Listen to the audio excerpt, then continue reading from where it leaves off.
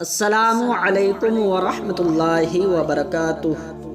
حضرت قاسم رضی اللہ تعالی عنہ جو حضرت حسن مجتبی رضی اللہ تعالی عنہ کے فرزند ہیں، ان کی عمر 19 سال ہے اور ان کی شادی کا رشتہ امام علی مقام کی صاحبزادی سکینہ سے طے ہو چکا ہے۔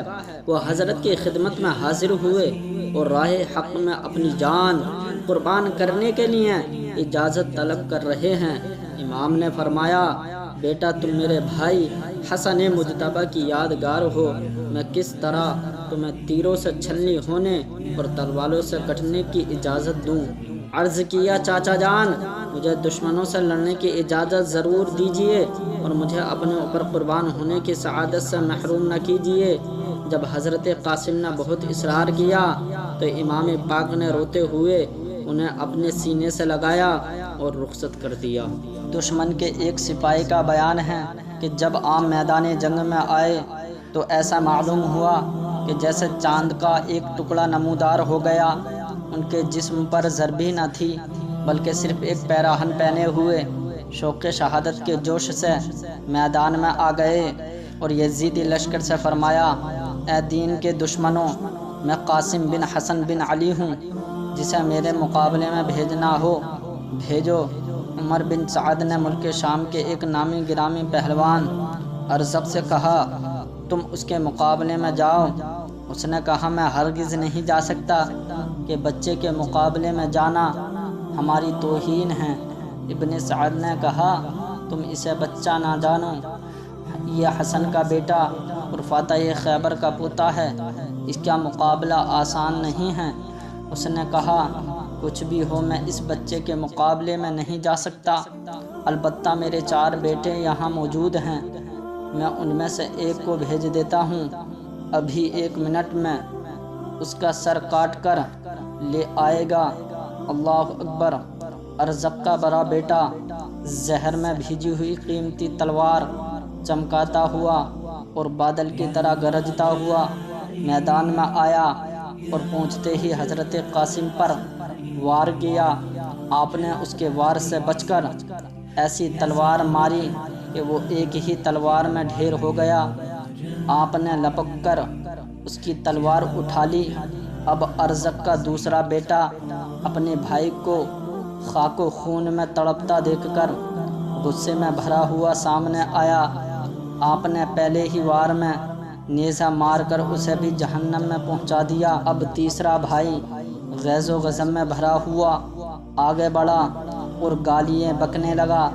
آپ نے فرمایا، ہم گالیوں کا جواب گالیوں سے نہیں دیتے کہ یہ اہل بیت و نبوت کی شان کے خلاف ہے، البتہ ہم تجھے تیرے بھائیوں کے پاس ابھی جہنم میں پہنچا دیتے ہیں۔ یہ کہتے ہوئے آپ نے اسے بھی کھیرے کی طرح کاٹ کر 2 ٹکڑے کر دیا۔ اب ارزق کا چوتھا بیٹا شیر کی طرح گرجتا ہوا حضرت قاسم پر حملہ آور ہوا۔ آپ نے اس کے وار کو بیکار کر دیا اور اس کے کاندھے پر تلوار کا ایسا وار کیا کہ وہ منہ کے بل زمین پر آ گیا اور پھر پوری طاقت کے ساتھ اٹھنا ہی چاہتا تھا کہ آپ نے اس کے سر کو جسم سے الگ کر دیا۔ جب ہاشمی بہادر نے چند منٹوں میں ارزق کے 4 بیٹوں کو موت کے گھاٹ اتار کر اس کے سارے غرور کو خاک میں ملا دیا تو وہ غصے سے کانپنے لگا، اور جن کے مقابلے میں آنا پہلے وہ اپنی توہین سمجھتا تھا اب ان سے لڑنے کے لیے بے قرار ہو گیا۔ ہاتھی کی طرح جھگڑتا اور شیر کی طرح دہاڑتا ہوا میدان میں آ کر حضرت قاسم کو للکارا کہ لڑکے تیار ہو جاؤ، موت تمہارے سر پر آ گئی۔ آپ نے فرمایا، ارزق ہوش کی دوا کر، تو اوروں کے لیے طاقت کا پہاڑ ہوگا۔ ابھی تو نے ہاشمی بہادروں کو نہیں دیکھا ہے، ہماری رگوں میں شیر خدا کا خون ہے، تو ہمارے نزدیک مکھی اور مچھر سے زیادہ حیثیت نہیں رکھتا۔ ارزق یہ طعنہ سن کر اور بھی آگ ببولا ہو گیا اور حضرت قاسم پر نیزے سے حملہ کر دیا۔ آپ نے اس کے وار کو بیکار کر دیا، پھر آپ نے بھی نیزے سے وار کیا جو خالی گیا۔ اسی طرح دونوں طرف سے کچھ دیر نیزے بازی ہوئی۔ اس کے بعد ارزق نے تلوار کھینچی تو آپ نے بھی تلوار نکالی۔ اس نے جب آپ کے ہاتھ میں اپنے بیٹے کی تلوار دیکھی تو کہا یہ تلوار تو ہمارے لڑکے کی ہے، تمہارے پاس کہاں سے آ گئی؟ آپ نے ہنس کر فرمایا تیرا بیٹا مجھے یادگار کے طور پر یہ تلوار اس لیے دے گیا ہے تاکہ میں تجھے اسی سے موت کے گھاٹ اتار کر تیرے بیٹوں کے پاس پہنچا دوں۔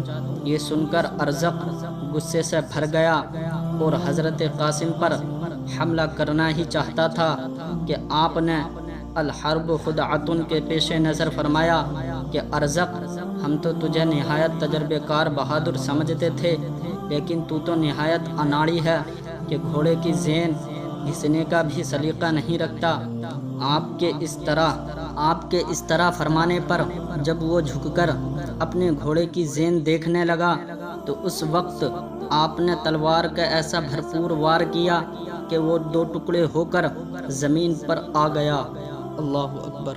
حضرت قاسم رضی اللہ تعالی عنہ ارزق کے گھوڑے پر سوار ہو گئے اور خیمے کی طرف آ کر حضرت امام حسین کی خدمت میں عرض کیا، اے چاچا جان، پیاس، چاچا جان، اگر ہمیں تھوڑا سا پانی پینے کو مل جائے تو ہم ابھی ان سب کو موت کے گھاٹ اتار دیں۔ امام علی مقام نے فرمایا بیٹا تھوڑی دیر اور صبر کرو، عن قریب تم نانا جان صلی اللہ تعالی علیہ وسلم کے مبارک ہاتھوں سے جام کوثر پی کر سیراب ہو جاؤ گے، اس کے بعد تمہیں کبھی پیاس نہیں ستائے گی۔ حضرت قاسم پھر میدان کی طرف پلٹ پڑے۔